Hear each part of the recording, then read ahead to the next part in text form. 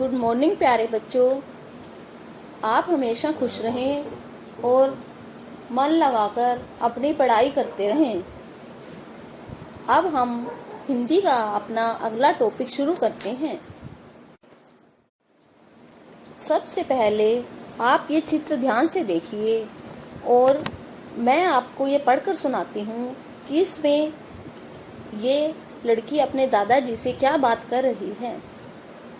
देखो, सुकृति अपने दादाजी को कहती है, दादाजी इस पहाड़ी स्थान को देखकर बहुत मजा आया। तो दादाजी ने जवाब दिया, तो फिर सुकृति इन छुट्टियों में जो कुछ देखा उसके बारे में अनुच्छेद लिख लो। दूसरा चित्र देखिए, इसमें सुकृति कहती है, दादाजी अनुच्छेद यह क्या है। फिर दादाजी ने उसे समझाया, किसी भी विषय पर अपने विचारों को अच्छे ढंग से लिखना ही अनुच्छेद है। तो आज हम भी अनुच्छेद लिखेंगे। तो बच्चों, किसी भी विषय के बारे में सोचना और उस पर वाक्य लिखना अनुच्छेद कहलाता है। अनुच्छेद लिखने के लिए हमें कुछ बातों का ध्यान रखना चाहिए। सबसे पहले तो जो टॉपिक हमें दिया गया है हम उसके बारे में सोचेंगे। अगर हमें चित्र भी दिखाए गए हैं तो हम चित्रों को ध्यान से देखकर उस पर वाक्य बनाएंगे। हमारे वाक्य छोटे छोटे होने चाहिए और कोई भी वाक्य 2 बार नहीं लिखेंगे। एक बार अनुच्छेद लिखने के बाद हम पूरा अनुच्छेद फिर से पढ़ेंगे। इसके साथ साथ हम सुंदर लिखावट का भी ध्यान रखेंगे। तो चलिए मैं आपको एक चित्र दिखाती हूँ। आप मुझे चित्र को देखकर कुछ वाक्य बताना। बताइए, यह किसका चित्र है? हाँ, यह हमारे देश का झंडा है। इसे हम क्या कहते हैं? इसे तिरंगा कहते हैं क्योंकि इसमें 3 रंग होते हैं। बताइए, इसमें सबसे ऊपर कौन सा रंग है? सबसे ऊपर केसरिया रंग है। बीच में सफेद रंग और सबसे नीचे हरा रंग है। और सफेद पट्टी के बीच में जो चक्र बना हुआ है, आपको पता है इसे क्या कहते हैं? हाँ, इसे अशोक चक्र कहते हैं। यह नीले रंग का है और इसमें 24 तीलियां हैं। यह झंडा हमारे देश की शान है और हम अपने झंडे को हमेशा ऊंचा रखेंगे। इस प्रकार आप वाक्य लिखते हुए ये पूरा अनुच्छेद बनाएंगे। अगर आपको इसके बारे में और कोई लाइन भी लिखना चाहते हैं तो आप वह भी लिख सकते हैं। तो अनुच्छेद लिखने में बड़ा मजा आया। अब मैं आपको एक और टॉपिक करवाती हूँ। ये देखिए, इस चित्र में ये बच्चे क्या कर रहे हैं? ये बच्चे योगासन कर रहे हैं। तो हमारा अगला टॉपिक है योग। अब आप योग के बारे में मुझे बताएंगे और इस तरह हम एक अनुच्छेद लिखेंगे।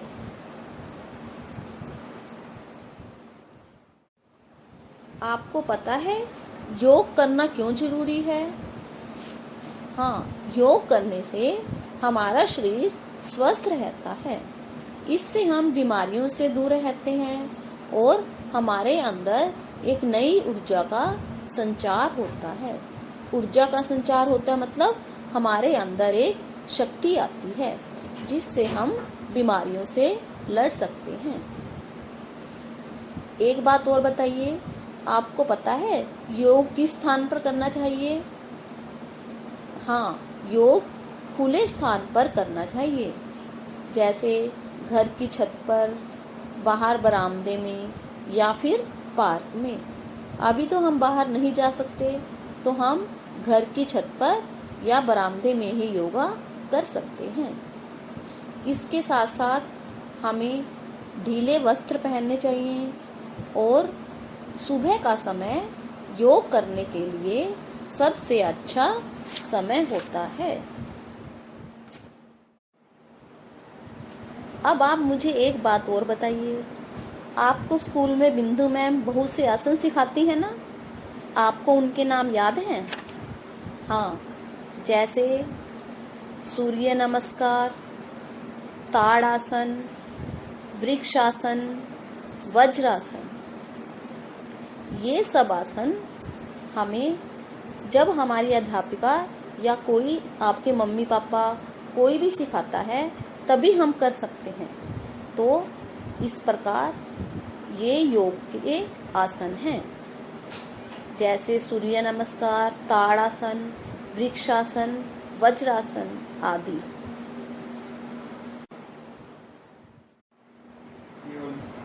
अब आप मुझे बताएंगे कि योग करने से क्या क्या फायदे हैं।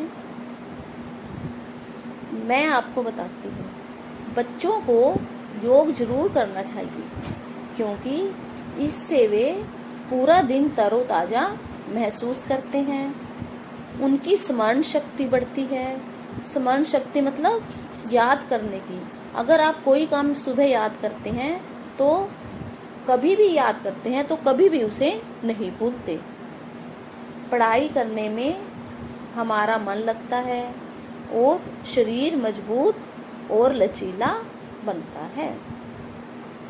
और बच्चों को स्कूल में बहुत से योग सिखाए जाते हैं। आपको योगासन सिखाए जाते हैं ना, तो उन्हें घर पर भी आसानी से कर सकते हैं। अब आप मुझे बताएंगे कि एक बात और सुनिए, हर साल 21 जून को योग दिवस मनाया जाता है। अब तो आप समझ गए होंगे कि योग करना हमारे लिए कितना जरूरी है। इस तरह आप इन सब बातों को जब एक पैराग्राफ बनाकर लिखेंगे तो वो एक अनुच्छेद बन जाएगा। देखो, है ना बहुत आसान। तो अब आप इसी तरह अपना एक और कोई मनपसंद टॉपिक लेना और उसके बारे में अनुच्छेद लिखना और मुझे बताना कि आपने किस विषय पर अनुच्छेद लिखा। इसके बाद मैं आपको कुछ अक्षरों को लिखने का ढंग बताऊंगी। आप इन्हें ध्यान से देखेंगे और जब भी आप रिटर्न वर्क करेंगे तो अक्षरों की बनावट का पूरा ध्यान रखेंगे। सबसे पहले हम क अक्षर लिखेंगे। सीधी लाइन लगाएंगे, बीच में से इस तरह सर्कल बनाकर ऐसे नीचे की तरफ मोड़ देंगे। क के बाद ख, देखिए इस तरह ख नीचे से मिला हुआ होता है। ख के बाद ग, ये देखिए ऐसे, और नीचे वाली लाइन इससे बड़ी बनाएंगे। ग के बाद घ, ऐसे कर सीधी लाइन, और इसके ऊपर हम पूरी लाइन लगाएंगे तो ये घ। उसके बाद च, छोटी लाइन, इस तरफ मोड़ने के बाद सीधी लाइन, ये हुआ च। के बाद छ, छोटी सी लाइन ऐसे, और इसे हम ऐसे नीचे की तरफ मोड़ देंगे, ये हुआ छ। उसके बाद ज, सीधी लाइन ऐसे, थोड़ा जहां से हमने ये लाइन शुरू की थी इसको वहीं तक लेकर जाएंगे। फिर ज, ये था जहाज, हम बनाएंगे झ से झंडा। देखो, जिस तरह हमने पहले ई बनाया था, ई बनाने के बाद इधर लाइन, फिर सीधी लाइन, ये हुआ झ से झंडा। एक बार फिर से देखिए सारे अक्षर। सबसे पहले क, ख, ग, घ, च, छ, ज और झ। आज हम ओ और आउ से बने कुछ नए शब्द सीखेंगे। सबसे पहले देखिए और। जो ये एक मात्रा वाला और होता है उसका मतलब होता है तरफ। जैसे बच्चे स्कूल की ओर जाएंगे, और मतलब तरफ। सेकंड नंबर पे है और। इस और का मतलब होता है तथा। जैसे कि राम और श्याम भाई हैं। अब आप समझ गए ना, सबसे पहले लिखा है और सेकंड नंबर पे लिखा हुआ है और। इसके बाद है ओस। ओस का मतलब होता है धुंध, फोग, जो सर्दियों में सुबह पड़ती है। फोर्थ नंबर पे देखिए औषधि। औषधि मतलब दवाई, औषधि। इसके बाद है ओणम। ओणम एक त्योहार का नाम है और यह केरल का प्रमुख त्योहार है। एक बार दोबारा पढ़िए और ओस, औषधि, ओणम। तो बच्चों, आज हमने अनुच्छेद लेखन के बारे में सीखा और इसमें हमने योग के महत्व को भी जाना।